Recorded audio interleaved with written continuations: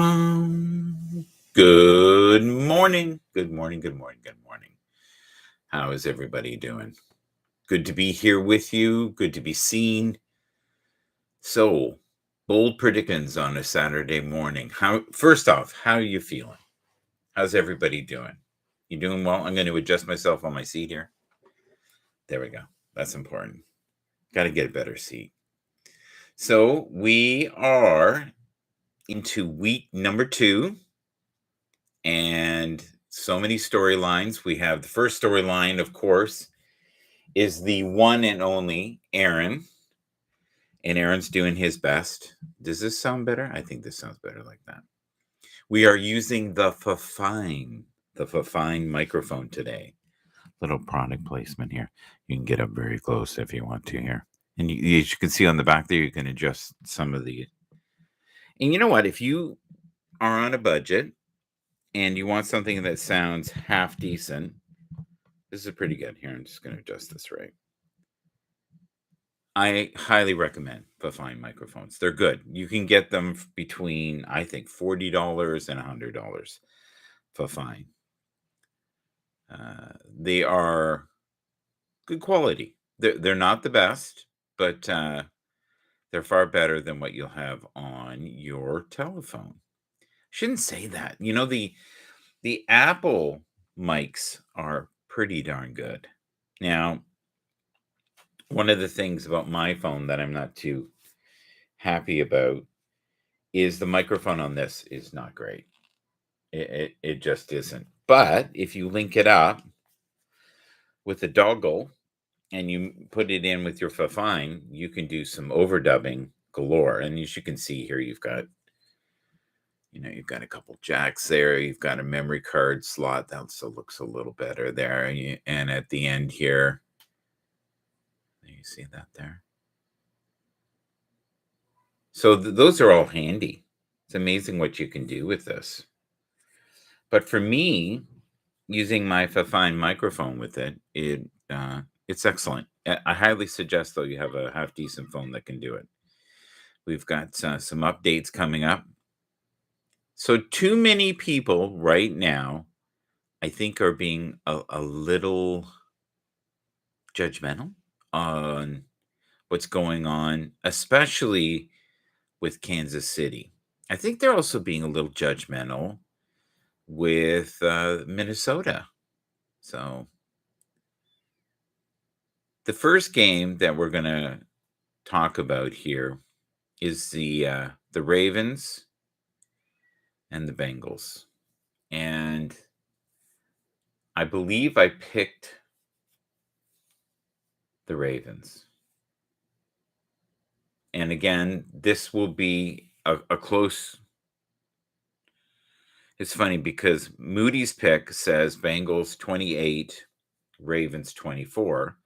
Walder's pick is Ravens 21 and Bengals 16. I think it's going to be higher than that. I think it's going to be as high as 40 for the victor. And I think it is going to be the Ravens.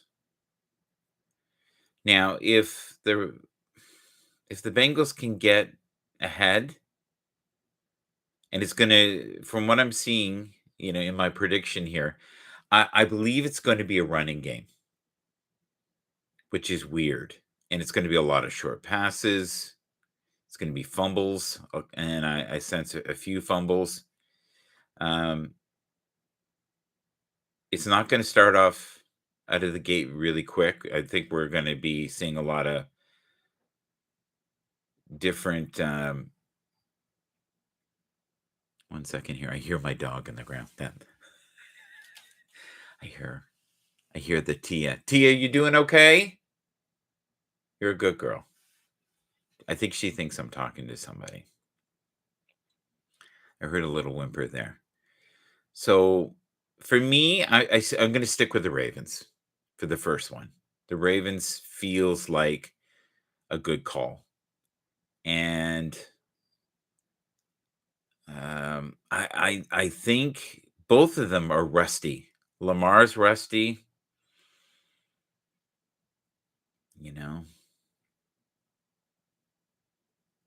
Both quarterbacks seem rusty. I don't want to be mean. I don't want to be mean. I think it takes a while to get in the zone. I don't think it happens right away. It's not an easy thing. So, okay, let's go to the second game. Packers. They say the storyline here, while these teams haven't played since 2020 and haven't played in Atlanta since 2017, there are familiarities here. Hmm. That's quite a So some people believe that the Packers will hold the Falcons under 100 total rushing yards. I don't think that's true. I don't think that's going to happen. Sorry.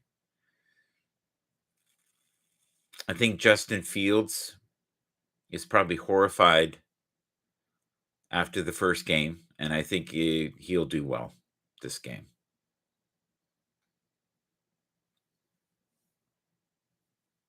Says the Falcons quarterback Desmond Ritter has thrown 0 interceptions in his first 5 career starts, and he has a 3-2 record.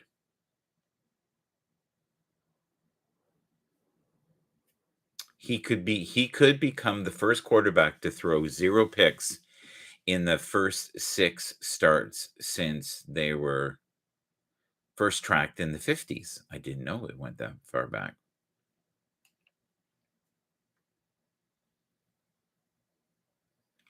So my feeling on this, as I'm reading all this, I believe I picked the Packers before. I'm going to go with the Packers again. I think that's a safe investment. I think it's going to be fairly close, within 7 to 10 points. It's not going to be a blowout. This is probably the best game today. And when I mean today, it would be like the Sunday, right?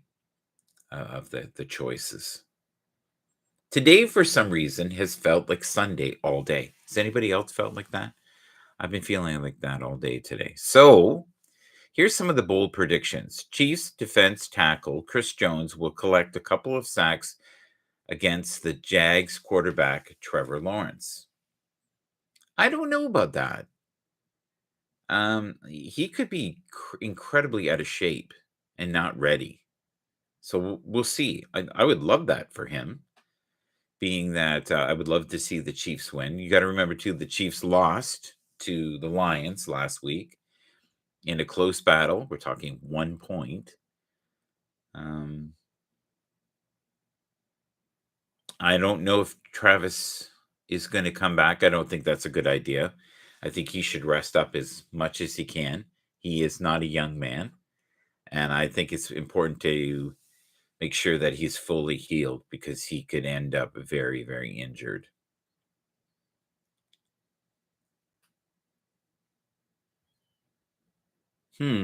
So they still have Patrick Mahomes. Sorry, I always call him. They still have him rated number 2 in quarterbacks.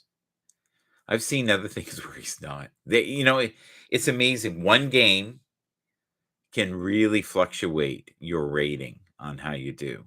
So Moody's pick is the Chiefs 38 and the Jaguars 34. Walden's pick is the Chiefs 38 and the Jaguars 24. I honestly think it's going to be a lower scoring game than that. Than those 2 predictions. Sorry. And I think I'm going to go with the Chiefs. And I'm going to have them winning by 7. Yeah. I don't think it's going to be as close. All right. What do we got here? Why don't we call it a day here and I'll start another one up. All right. Thank you for being here. If you can, choose to be kind to one another. Have moments of clarity today. And if you can, go outside and embrace nature. God bless you all. Have fun.